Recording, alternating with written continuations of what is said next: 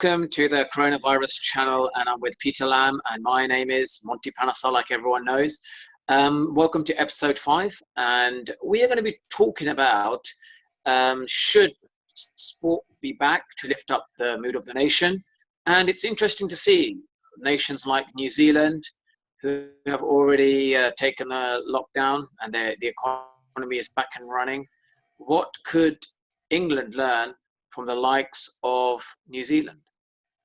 Yeah, well, from my perspective, I think playing sport is really important for just the mental well-being of the general population. Now, clearly, we can't all get out and play sport in the traditional sense. However, one of my colleagues, for instance, is involved with the rallycross motor racing, and they've now got the actual drivers driving in a virtual race, and they're getting tens of thousands of viewers on a live YouTube channel every time they have a race. So they're racing virtually, but they're using the actual drivers. And I think there's going to be a lot of that kind of innovation coming along.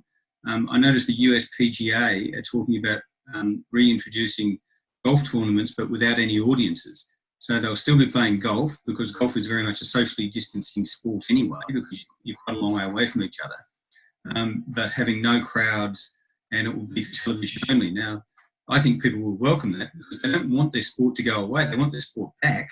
And I think if you bring it back in virtually, and then gradually bring it back into the real world once the virus is taken care of, I think that people will still have an appetite. I can't see that the appetite for sport's going to go anywhere. With regard to New Zealand and sort of lifting their lockdown, my understanding is that they've lifted 75% of the lockdown, and they're starting to open up their economy quite a lot. Now, New Zealand have the advantage, of course, of closing their airports really early on. They banned any migration from China right at the very start. They banned migration from any of the hotspot areas around the world. And then eventually they only allowed New Zealand citizens and New Zealand green card holders into the country.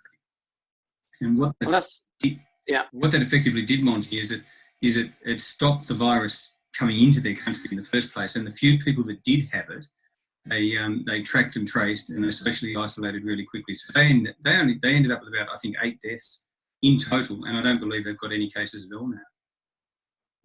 Well, it's interesting to see that New Zealand are back, back to normality. Are one of the countries which are, and I think the UK government, for not being proactive, not having enough PPE kits, not buying, in advance all the necessary kits and the measures that they should have taken place.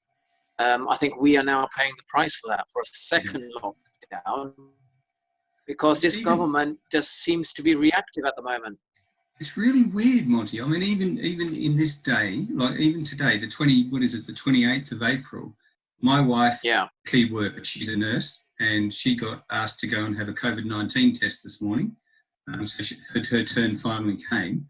Now, when she went down to have the COVID-19 test at Gatwick Airport, they said to her going in, you have to go and register on the website tonight. You have to register on the website or you won't find out. And then when she was leaving, they said, you have to go and register on the website. And so she got home and she's gone on, and the website wouldn't let her register. It wouldn't let her do anything. So after sort of an hour on hold and trying to ring these people, they told her that she's already registered. Otherwise, she wouldn't have been sent to get her COVID-19 test, and she doesn't have to do anything. So it seems that the left hand doesn't know what the right hand's doing. So the people out in the field are giving people advice when they don't need that advice. It's already been done. The fact that they're already getting their test means that they've already been registered with the government agencies. So even though we have made big strides, it just seems to be very badly mismanaged. Yeah, I think the way the system and the structure is in this country, we seem to, when there's a slight panic, a bit of a crisis, we look at other nations, how they react, and then we follow, rather than, the old United Kingdom used to always lead from the front, used to be so proactive. I just feel that we're always playing catch up with other nations. Yeah, we are, and it's frustrating, because the UK was always a leader. They were a leader in everything, from democracy through to human rights, through to environmental issues, all kinds of things the UK were leading on. But when it comes to this one thing where we really need we needed to be leaders.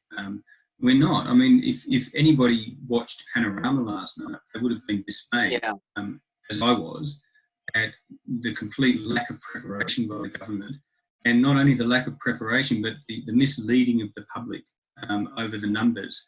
For instance, Matt Hancock says they sent out 1 billion pieces of PPE. Well, it turns out, according to Panorama, that 1 billion pieces of PPE incorporates everything from disinfectant to bleach to the fact that they're counting gloves as 2 pieces of PPE. So your left hand and your right hand are 2 pieces, not 1 piece. They had several cases on that program of poor people at the coalface, if you like, in harm's way, wearing garbage bags and things to try and protect themselves, and wearing homemade PPE with the public giving them builders masks and all those sorts of things.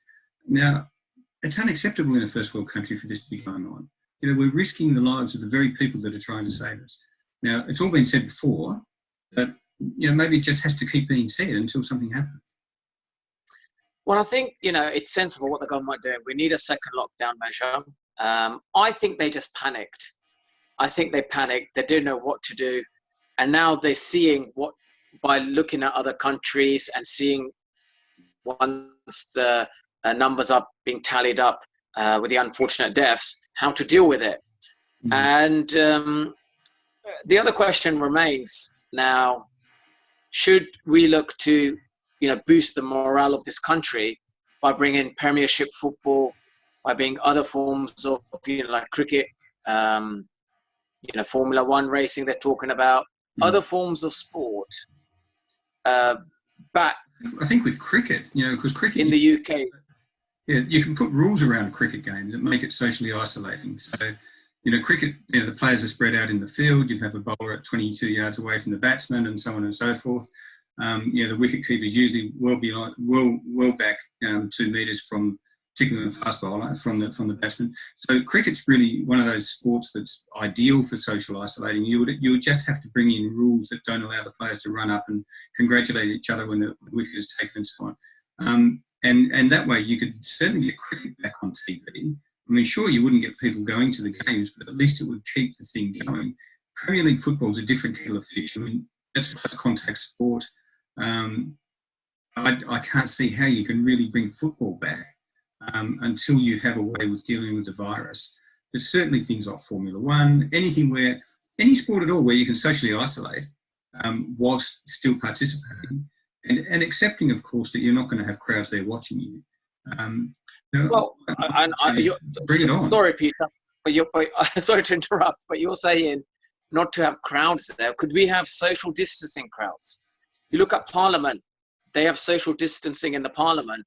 Could there be like 10 or 20% of the capacity of the stadium and have fans spread out? Well, it's a really interesting idea. And, if people could be trusted to do that, I'd say yeah.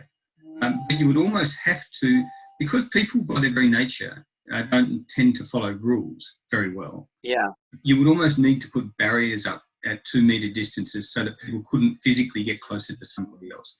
If they did that, modify the stadium, let's say they went to Wembley and they modified the stadium, and every 2 metres they put a barrier up so that you seriously couldn't get outside your cubicle, if you like, as a spectator. Why not? I mean, if that's following the social distancing guidelines, I think it's actually a really good idea. Something I've never thought about before, but I think it's a great idea. Yeah. But then you still, sorry, Monty, I don't want to interrupt, but you still have the issue of monitoring the people going into those places and coming out of those places in large numbers still. So how do you stop people socialising, if you like, once they're outside the stadium, going home, once they're on the way to the stadium, and so on. So there's a lot of issues there. I mean, what seems simple at first probably isn't that simple, Yeah, I understand what you're saying, and I think people are sort of getting quite frustrated now after it's been 4th or 5th week in the lockdown. They want to see live sport, and they want to. I think it's going to help, the morale of the country by seeing live Premiership football. But I think the other area I wanted to touch upon was how long can people continue to be like this? You know, do we need, after the next 3 weeks, do we get back to normality? Well, clearly there has to be a turning point where the economy will rise in people's minds as opposed to saving lives. I think Matt Hancock, somebody on the TV said the other day that eventually people will start to think more about their livelihoods than their lives. Their ability to actually survive financially.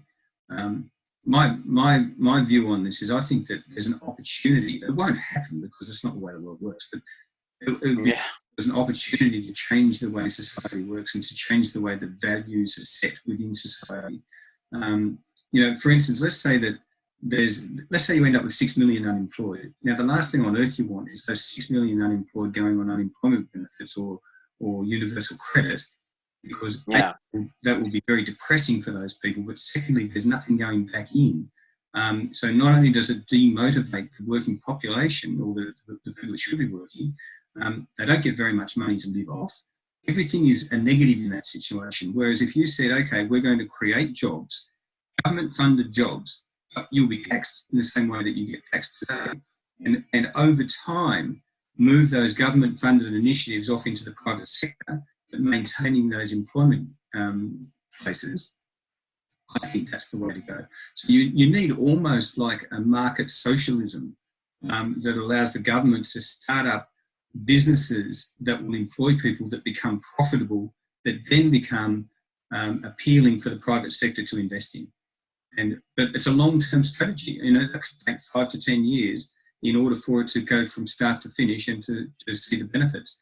But for me, that is far, far better to keep people employed and to do that kind of thing than it is to just have everybody applying for universal credit, everybody getting depressed, you know, social disorder increasing, you know, family violence increasing as a result, and so on. So, you know, I think there's a really big discussion to be had in the community about how do we reshape our economic society after this? You know, because there's going to be a lot of people unemployed, and those people don't deserve to be unemployed. It wasn't their fault that the coronavirus came along, but this is the consequence. So how do we deal with it? Yeah, I think the government, and I'm sure there will be other businesses who will be thinking, how do we revive the economy in this country, and how do we get people back working? Yeah, exactly. And I really do think that that's the way to do it. But I mean, I'm only one person with one opinion. I mean, I'm sure there are millions of people out there that look the way I do. And, you know, at the end of the day, I think the government's going to require assistance. Everybody's going to have to throw their hat into the ring and say, well, this is what I think. And some think tank's going to have to come up with a way of keeping people motivated and keeping the country going, like economically and socially, you know, into the future, so that we don't all tear each other's heads off. Yeah, and one way is, please, you know, keep tuning into our channel, the Coronavirus COVID-19 channel, you know, to keep you guys informed, to motivate you, to install some ideas, and you know, please let us know what kind of discussions you would like to hear as well. Yeah. It'd be great to get some feedback from people watching, and you know, throw their ideas out there as well. Yes, great. So Peter, you seem that we're in a tipping point. People may even think about their livelihoods over their own lives. And I think my message will be, please stay home. Health comes first. We are a democratic country. And in democracy, one of the great things of democracy is that everyone's opinions we do listen to. And if we do have a problem, you tend to get to a solution much quicker in a democratic government. So once this lockdown is over, once we get back to, let's say, the new normality, I'm sure there'll be a lot of people out there who are motivated and want to succeed in their own businesses. Okay, thanks, Monty. I'll speak to you tomorrow. Okay, thank you, mate.